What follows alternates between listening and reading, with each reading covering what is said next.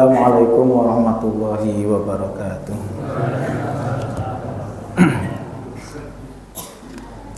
Innal hamdalillah nahmaduhu wa nasta'inuhu wa nastaghfiruh wa na'udzu billahi min syururi anfusina wa min sayyiati a'malina.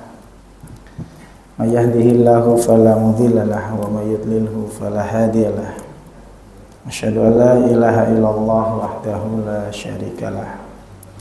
Wa asyhadu anna Muhammadan abduhu wa rasuluh la nabiyya wa la rasula ba'dah. Allahumma shalli wa sallim wa barik ala nabiyyina Muhammadin wa ala alihi wa sahbihi wa man tabi'ahum bi ihsanin ila yaumiddin.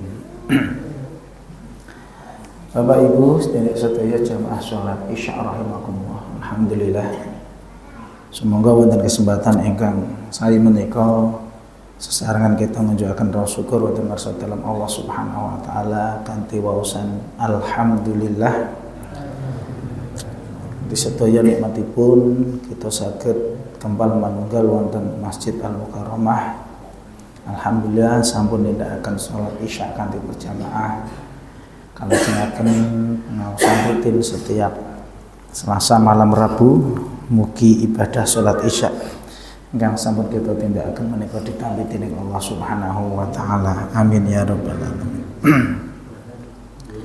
Shalawat ugi salam tunjuk dumateng Nabi Muhammad sallallahu alaihi wasallam, dumateng para keluarga, sahabat, tabi'in, tabi'ut tabi'in, sumrambah dumateng umatipun lan mugi benjang wonten yaumil akhir kita sedaya termasuk golongan ingkang badhe pikantuk syafaatipun Rasulullah sallallahu alaihi wasallam. Bapak Ibu rahimakumullah, kita sudah masuk pada bab sabar. Terus bab sabar niki bab yang ketiga dari kitab Riyadhus Shalihin. Riyen kita sampun bahas bab ikhlas. Lajeng bab ikhlas, bab taubat. Lah niki masuk bab ketiga bab sabar. Wonten pertemuan kemarin ya mukadimah nggih utawi pendahuluan bab sabar. Pilih sabar menika secara bahasa sabar itu artinya adalah al-habsu, menahan. Sabar itu artinya adalah menahan. Lah, menahan dari apa? Ya, yang pertama adalah al-habsun nafsi ala salasati umur. Ya, menahan diri dari tiga perkara. Yang pertama adalah fi taatillah, bersabar dalam ketaatan kepada Allah. Nggih, tiyang taat nindakaken ibadah menika kedah sabar. Nek mboten sabar, waduh, kebobolan Pak nek mboten sabar. Nggih, contoh simpel niku nah kemarin yang kita sampaikan seperti orang melakukan ibadah puasa. Ki panas hawane, ki yo nyambet gawe. Nggih. Lajeng kok nindakaken ibadah puasa. Niku nek mboten sabar, golek bakul es teh jumbo. Nek mboten sabar, ya. Maka dia harus menahan diri, sabar. Ngenteni adzan maghrib, sabar ngenteni adzan maghrib. Lah niku bersabar dalam menjalankan ketaatan. Yang kedua, bersabar dalam menjauhi perkara yang diharamkan. Taat nggih sabar, ninggal maksiat nggih kedah sabar. Mergo nek mboten sabar akhirnya napa? Tergiur. Nggih, tergiure pripun? Lah ya, kandelake kancane do maksiat kok seneng-seneng ngeten ya. Kancane do maksiat do seneng-seneng, grumang-grumung, grudak-gruduk kok nyenengke ketoke. Tapi dalam kemaksiatan, maka kita harus menahan diri kita untuk bersabar tidak ya terlibat dalam kemaksiatan. Nggih ketingale seneng-seneng ngoten niku. Lajeng ingkang nomor 3, bersabar ala aqdarillah, bersabar terhadap takdir yang tidak menyenangkan. Karena takdir itu ada kalanya dia menyenangkan, Nek takdir menyenangkan, perkara yang menyenangkan itu disunahkan untuk mengucapkan apa? Alhamdulillahilladzi bi ni'matihi tatimus sholihat. Atau takdir yang tidak menyenangkan, ada ketetapan Allah, takdir yang tidak menyenangkan. Nah, maka dia harus bersabar. Ya, dia harus bersabar. Kalau ada takdir yang tidak menyenangkan, ya Rasulullah membaca alhamdulillah ala kulli halin. Contoh seumpami jenengan tasih gerah niki. Gerah diuji dengan apa? Diberikan rasa sakit. Dan unik, Pak. Ada orang sedang diuji, diberikan ujian musibah, kok saya ngucap alhamdulillah niku berarti unik. Niki tingkatan paling tinggi kemarin nggih. Tingkatan paling tinggi. Pripun Pak kabare? Alhamdulillah ala kulli halin. Segala puji bagi Allah ya dalam setiap keadaan. Yo sehat ya alhamdulillah, sakit juga alhamdulillah. Lah niku. Terus sabar niku niki macam niku enten tiga niki. Sabar dalam ketaatan, sabar dalam meninggalkan maksiat, yang ketiga sabar terhadap takdir yang tidak baik. Lah Bapak Ibu rahimakumullah, kita masuk pada pembahasan hadis yang pertama, yakni tentang keutamaan sabar.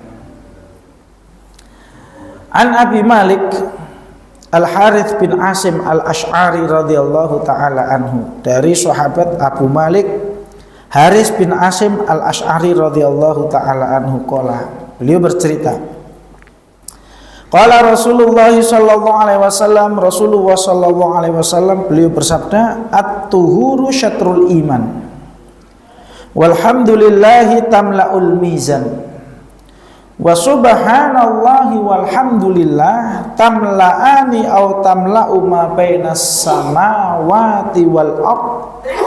As-sholatu nurun was-shadaqatu burhanun was-sabru diyaun al-Qur'anu hujjatun laka aw alaika kullun nasi yahdu faba'i'un nafsahu famutikuha aw mutikuha. Rawahu Muslim. Rasulullah sallallahu alaihi wasallam beliau bersabda, alhamdulillah at-tuhuru syatrul iman. Yang pertama ini at-tuhuru syatrul iman. Tuhur itu bersuci. Nek tesih kelingan niki, nek tesih kelingan mbuh taun pinten nggih. Wong bab thaharah niku Pak De, pertama belajar fikih ini tahun pinten Pak De? Saderenge corona lah nggih. Itu kita pernah membahas bab thaharah. Tu sama to. Tuhur sama tohur. Tesih mutan boten niki. Niki saderenge corona niki. Tuhur niku artinya perbuatan. Perbuatan bersuci. Tuhur namanya. Menawi tohur itu berarti alat yang digunakan untuk bersuci. Mung beda harokat dhammah kalian harokat fathah niku artinya nggih benten. Nek tu niku berarti perbuatan bersuci, ya berwudu, ya mandi besar, ya tayamum. Menawi to niku berarti alat yang digunakan untuk bersuci. Napa alat untuk bersuci? Air, debu niku alat untuk bersuci. Lah di sini at-tuhuru bersuci berarti perbuatan bersuci. Syatrul iman adalah sebagian dari iman. Bersuci sebagian dari iman. Nah, niki langsung mawon nggih penjelasan hadis menika karena ini hadisnya lumayan panjang. Yang pertama at-tuhuru syatrul iman. Bersuci adalah sebagian dari iman. Nah, Bapak Ibu rahimakumullah, para ulama menjelaskan yang dimaksud bersuci di sini bersuci dari apa? Ada dua. Yang pertama yakni bersuci dari hadas. baik itu hadas besar maupun hadas kecil. Hadas kecil cara bersucinya dengan berwudu, hadas besar cara bersucinya dengan mandi. Kalau tidak ada air atau tidak bisa menggunakan air, maka diganti dengan tayamum. Dan ini sangat penting. Bersuci dari hadas ini sangat penting. Bersuci baik dari hadas maupun najis. Najis niku bendanya.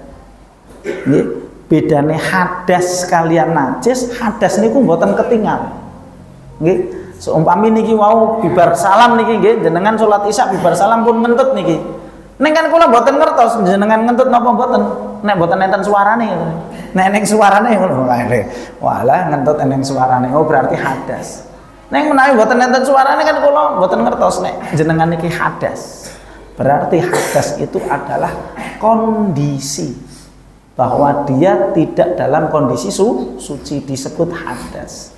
Menawi najis niku zat bendanya napa? Ya kotoran. Lho kok eneng ngapunten. Enten telek, enten kotoran. Nah itu najis berarti. Pakaian terkena ompol, berarti najis. Ompol ini najis, berarti najis itu adalah zatnya, bendanya. Lah, maka kalau terkena najis, apa yang harus dilakukan? Najisnya harus dihilangkan. Nanti kok kaki terkena kotoran, maka najisnya harus dihilangkan. Tapi kalau hadas, bagaimana caranya? Lah, tinggal dilihat hadas besar atau hadas kecil.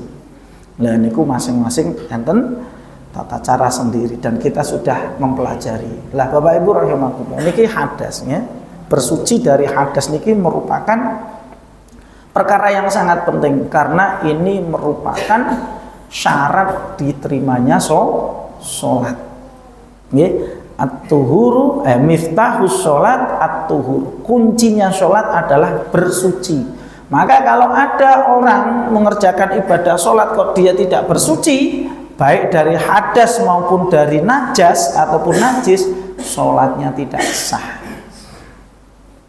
Nah, ini yang pertama. Kedua, yang dimaksud bersuci at-tuhuru syatrul iman adalah mensucikan diri dari perbuatan syirik dan perbuatan fasik. Nah, berarti ini tazkiyah, menyucikan jiwa dari perbuatan syirik. Syirik itu berarti menyekutukan Allah dan juga perbuatan fasik ataupun maksiat. Berarti maksud dari tuhur bersuci di sini bisa diartikan bersuci dari hadas badannya, fisik kita, dan juga mensucikan diri. Berarti apa? Tazkiyatun nafas, menyucikan jiwa dari perbuatan syirik. Nah ini nek dalam bab ini kemarin kita sudah membahas namanya bab ikhlas. Ikhlas itu mensucikan diri dari perbuatan syirik. Karena lawan dari ikhlas adalah syirik. Ya. Lawan dari ikhlas adalah syirik. Nah ini penting dua-duanya. Pramila Bapak Ibu rahimakumullah, Syekh Wahbah Zuhaili beliau menyebutkan, kenapa? Menawi kula panjenengan sami belajar fikih nggih, fikih ibadah kados ingkang sampun kita pelajari. Dan juga ketika kita belajar bab tazkiyatun nafas, menyucikan jiwa, itu mesti sing dibahas bab toharoh riyin. Bahas fikih sing pertama dibahas mesti bab toharoh, bersuci. Dalam ilmu tazkiyah juga yang dibahas adalah mensucikan diri, yakni bab ikhlas. Karena niki penting, Pak. Ini penting, ya, bahwa bersuci bab toharoh itu sangat penting. Satu tadi karena bersuci itu merupakan syarat diterimanya sholat. Yang kedua, mensucikan diri dari perbuatan syirik ini juga syarat diterimanya amal. Lah kok sakit ngeten? Ya karena kalau ada orang beramal dia tidak ikhlas, ataupun dia beramal karena riya, pengen dilihat, sum'ah, pengen didengar, maka amalnya tidak diterima. Nah, ini merupakan kuncinya di situ. At-tuhuru syatrul iman. Bersuci sebagian dari iman. Walhamdulillah. Alhamdulillah berarti kalimat apa nih? Kalimat tahmid, pujian, tahmid. Alhamdulillah. Ya, alhamdulillah yang artinya adalah segala puji hanya bagi Allah. Tamla'u mizan, memenuhi timbangan. Maksudnya timbangan niku pripun? Terus mengke di yaumul akhir ada namanya mizan, dan ini menjadi keyakinan kita ahli sunnah wal jamaah bahwa kelak di akhirat amal kita itu akan ditimbang. Mizan itu artinya timbangan. Mana yang lebih berat? Wonten surat Al-Qari'ah niku lho. Amma man saqulat mawazinuhu fahuwa fi 'isyatin radhiyah wa amma man khaffat mawazinuhu fa ummuhu. Jadi itu nanti antara amal kebaikan dan keburukan yang kita lakukan ini akan ditimbang. Mana yang lebih berat? Nonton surat Al-Qari'ah mangga ini itu bisa dibaca. Lah ini namanya mizan, timbangan.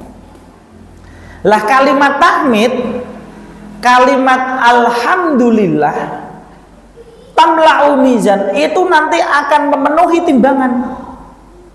Jadi senajan ringan kita ucapkan alhamdulillah, ternyata itu nanti ketika ditimbang di dalam mizan, ya itu berat nih, ya, dengan catatan dia mengucapkannya ikhlas sepenuh hati.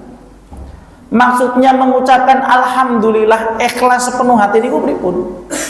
Terus nalika kula panjenengan sami nggih mendapatkan suatu nikmat, kemudian kita kok mengucapkan alhamdulillah ikhlas sepenuh hati, berarti meyakini dua hal. Yang pertama, ya, ketika seorang mengucapkan alhamdulillah, mengakui bahwa nikmat yang didapat itu adalah dari Allah Subhanahu wa ta'ala. Bahwa apa hari ini yang kita rasakan, kesehatan yang kita rasakan ini adalah nikmat dari Allah Subhanahu wa ta'ala. Mboten kok mergo sregep napa? Olahraga.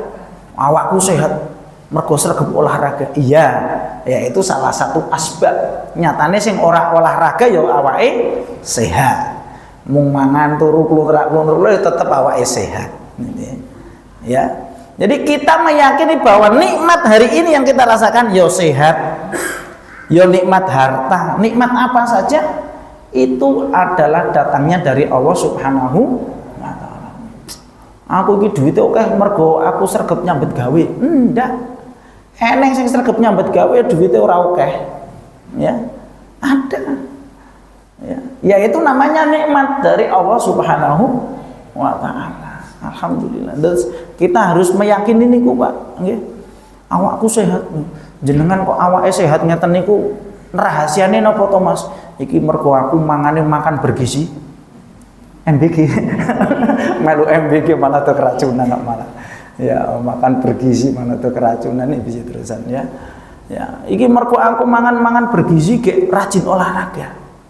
Oh bukan, ya itu salah satu ikhtiar dia. Tapi bahwa nikmat sehat yang kita rasakan ini adalah tidak lain dari Allah Subhanahu wa ta'ala. Itu satu. Yang kedua, bahwa ketika kita mendapatkan nikmat kemudian kita memuji Allah Subhanahu wa ta'ala ini, ya, bahwa Allah lah satu-satunya ya yang berhak mendapatkan pujian. Lah maksudnya ngeten, Mbak. Nalika kula panjenengan sami mendapatkan nikmat lajeng ngucap alhamdulillah. Ngeten nggih? Alhamdulillah dengan sepenuh jiwa berarti kita meyakini itu tadi. Setunggal nikmat niku saking Allah Subhanahu wa taala. Yang kedua, bahwa pujian itu hanya bagi Allah Subhanahu wa taala. Mula menawi wonten tafsir Al-Fatihah niku kok alhamdulillah Kenapa kok ada alif lamnya? Alhamdu. Nek mboten enten alif lamnya kan dadine hamdun, pujian. Alhamdu, segala puji. Artinya apa? Segala bentuk pujian. Alif lam istighraq namanya. Bahwa segala bentuk pujian itu hanya milik Allah Subhanahu wa ta'ala. Nah, ini tahmid, kalimat tahmid.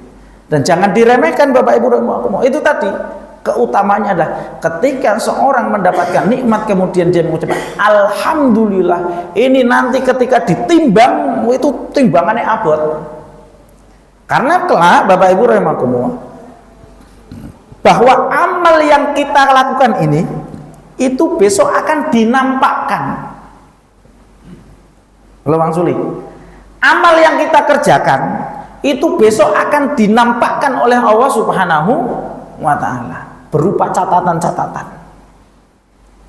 Dinampakkan itu. Kemudian akan ditimbang. Nah, ini mana ini nanti yang berat? Ya. Fa amma man saqulat mawazinu fahuwa fi 'isyatir radiyah. Kalau timbangan kebaikannya yang berat, maka dia dalam mendapatkan nikmat Allah.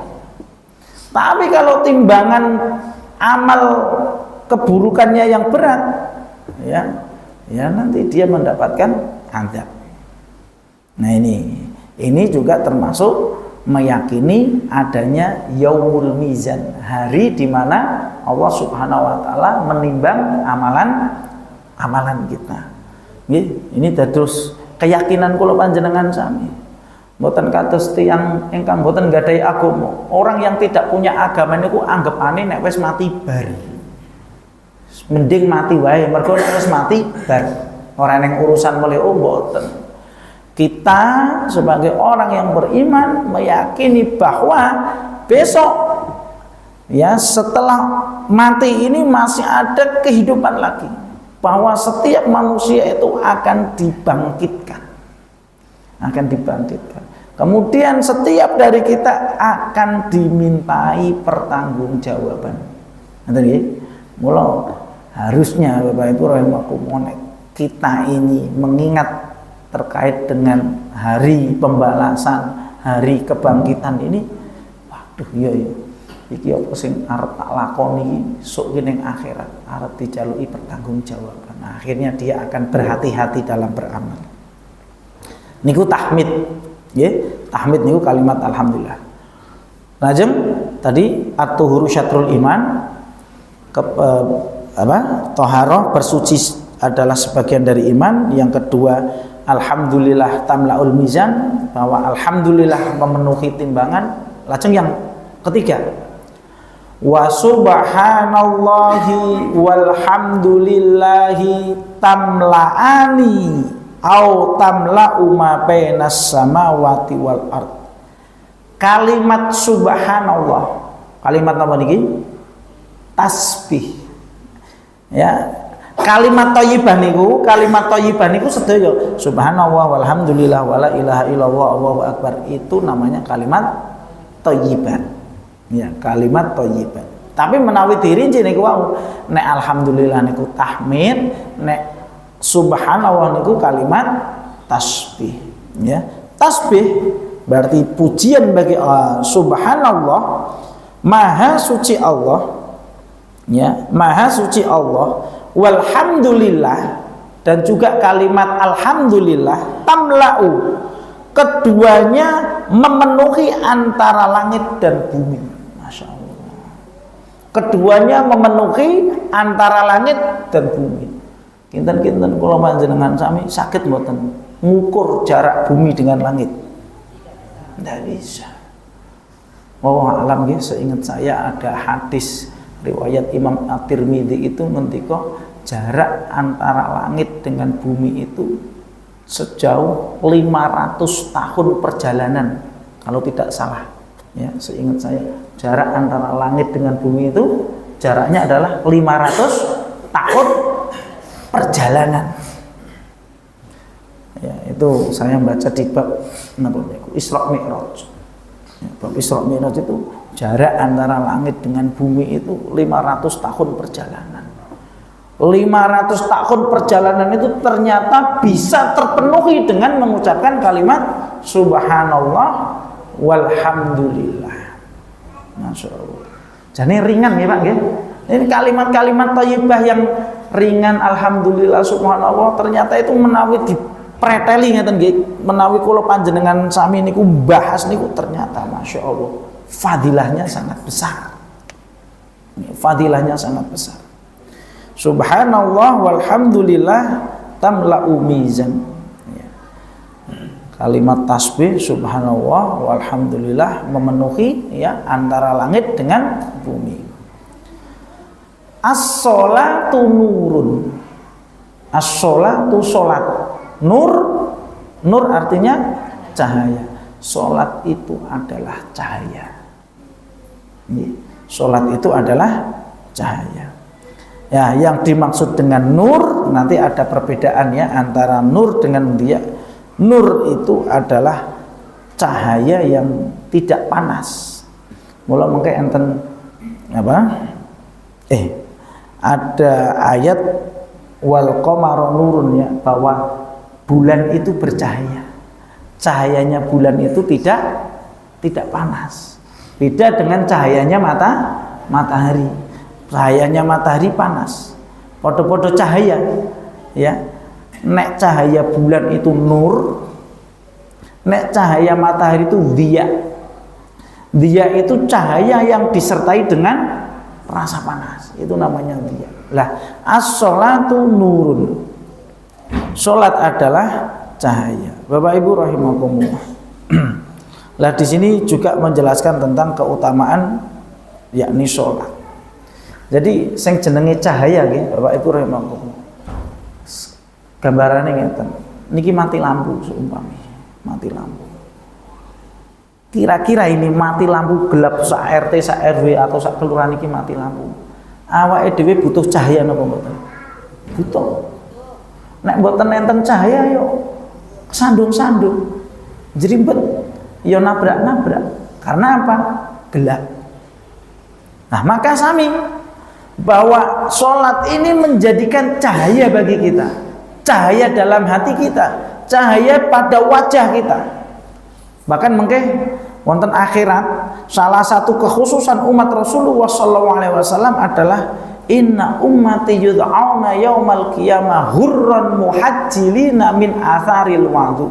Salah satu khususiyah keistimewaannya umatnya Kanjeng Nabi Muhammad SAW adalah wajahnya bercahaya, anggota wudunya bercahaya. Jadi nalika benjang wonten yaumul mahsyar, kabeh dikumpulke nggih. Dari awal manusia diciptakan Nabi Adam dan juga manusia terakhir diciptakan, mbuh sinten jenenge sinten gitu ya. Nah, sing pertama kan cetok nggih Nabi Adam nggih, sing terakhir mbuh jenenge sinten, kabeh dikumpulke. Lah niku umatnya Nabi Muhammad niku ketingal. Oh, kayak umatnya Nabi Muhammad. Lho kok ngerti? Wajahnya bercahaya.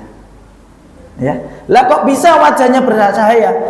Karena dulu ketika hidup di dunia wajahnya terkena air wudu. Tangan juga terkena air wudu. Ya, jadi bagian tubuh yang terkena air wudu ini akan bercahaya. Sehingga dia tadi bisa dilihat. Ya, oh itu umatnya Nabi Muhammad. Nah, ini menunjukkan as-sholatu nurun. Salat itu adalah cahaya. Ya, tadi wajahnya bercahaya, hatinya juga bercahaya. Karena salat ini merupakan silah hubungan dengan Allah Subhanahu wa taala. Sehingga manusia apabila dalam kehidupannya itu hubungannya terjalin dengan Allah dengan hubungan yang baik, insya Allah ini akan menjadikan cahaya. Sehingga dalam kita melakukan aktivitas ya entah dalam bekerja dan lain sebagainya, kita selalu akan mendapatkan petunjuk. Karena cahaya itu kan menunjukkan. Cahaya itu menunjukkan. Sama seperti halnya tadi. Kita berada di dalam kegelapan, peteng deket. Nek ada cahaya, tidak ada cahaya, nabrak-nabrak. Nah, maka sholat itu merupakan cahaya. Nah, ini penting. Bapak Ibu rahimakumullah. Nek bab sholat ini pun di bulan balen, bab sholat ini pun di bulan balen. Nah ini as-sholatu nurun. Menawi wonten mriki dijelaskan ngeten.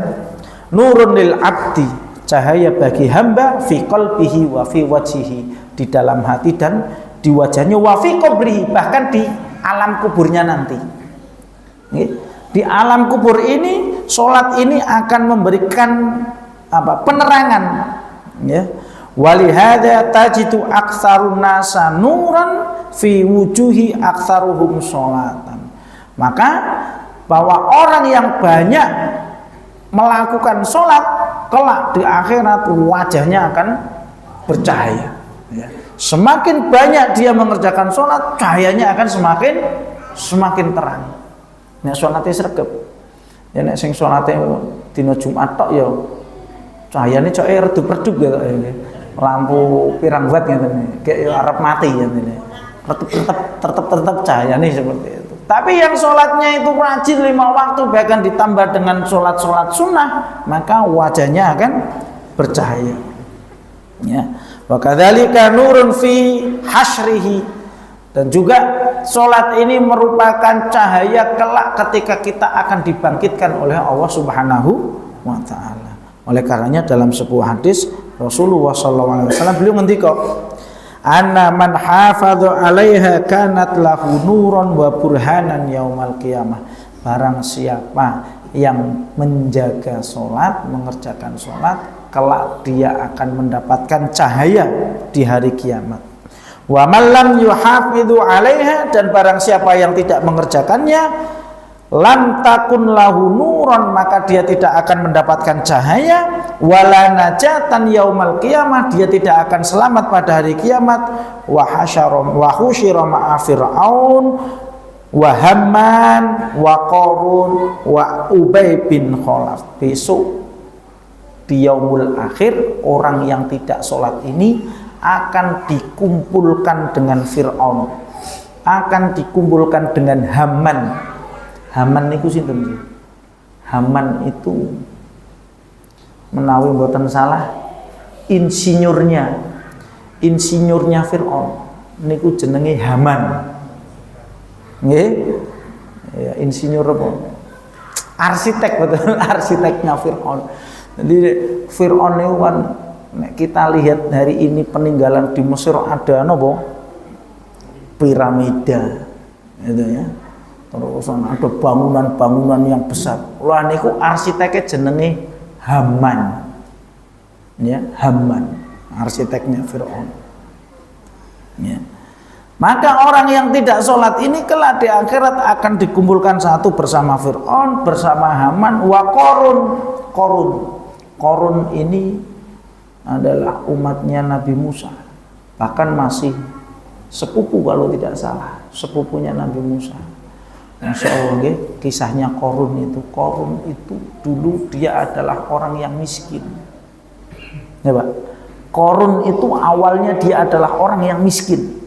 Qarun ini umatnya Nabi Musa, dia dalam kondisi serba sulit. Sampai suatu ketika dia datang kepada Nabi Musa, ya Musa, aku didongake gendeti wong sugih. Ya. Nalika Qarun itu dalam kondisi susah, sregep salat, sregep ibadah. Tapi kemudian ketika didoakan, kemudian Allah menjadikan dia kaya, akhirnya dia balik menjadi orang yang sombong. Nah, itu jenenge Qarun. Ya. Maka kemudian dengan kesombongannya Allah Subhanahu wa taala tenggelamkan dia dengan semua hartanya. Maka kemudian nek wong kok menemukan napa? Ya disebut dengan harta karun. Harta karun iki bondone Qarun. Ngono Qarun mendelep semua dengan hartanya, ya. Ditenggelamkan oleh Allah Subhanahu wa taala. Itu Qarun. Ya. Ya ini orang-orang yang tidak sholat ini, Pak. Koncone sing ora sholat ngeten iki, koncone sing dugal-dugal ngeten iki. Ayadzubillah. Ya. As-sholatu nurun, sholat merupakan cahaya. Kemudian kelanjutan hadis, was-shadaqatu burhanun, sedekah itu adalah bukti. Maksudnya sedekah itu adalah bukti niku pripun? Bapak Ibu rahimakumullah. Sedekah niku kan kaitannya kalian bondo nggih. Yang namanya harta itu kan sesuatu yang dicintai manusia. Nggih. Sehingga ketika ada orang mau bersedekah, berarti dia telah membuktikan keimanannya. Mergo napa? Dia telah memberikan sesuatu yang ia cintai. Berarti ketika ada orang bersedekah, dia telah membuktikan bahwa dia beriman kepada Allah dan Rasulnya. Maka dia as-shadaqatu burhanun, sedekah itu adalah bukti. Maksudnya apa? Bukti keimanan. Kenapa dikatakan bukti keimanan? Karena harta adalah merupakan sesuatu yang dicintai oleh manusia. Sopo sing ora seneng bondo? Eneng wong sing ora seneng bondo. Orang gila yang ndak seneng bondo itu. Wong edan dikai duit, kayak duit, mau ora gelem. Ya, orang gila hanya orang gila yang ketika dikasih uang ndak mau. Ya, orang yang sehat malah kasih uang ya mau gitu. Artinya ya karena memang iya condong, manusia itu condong terhadap harta. Lah ketika jiwa itu condong senang terhadap harta, kemudian kok ada perintah untuk menafkahkan, untuk menyedekahkan harta, kemudian ia sedekahkan, oh berarti dia telah membuktikan keimanan ya, dia telah membuktikan keimanannya. Maka dikatakan as-shadaqatu burhanun, sedekah itu merupakan burhan, bukti bahwa dia beriman kepada Allah Subhanahu wa ta'ala.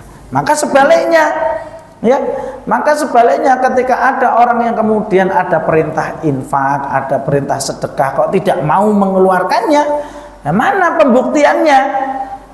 Bukti nendi nek awakmu ki beriman kepada Allah, wong niki enten program kegiatan infak dakwah sekian ngeten kok tidak ada kontribusi. Nah, berarti imannya perlu dipertanyakan. Mergo sing jenenge keimanan itu butuh namanya pembuktian. Lah salah satu bukti keimanan nggih menika dengan bersedekah. Ya. As-shadaqatu burhanun, sedekah adalah burhan, was-sabru diyaun. Nah niki as-sabru diyaun, sabar adalah cahaya.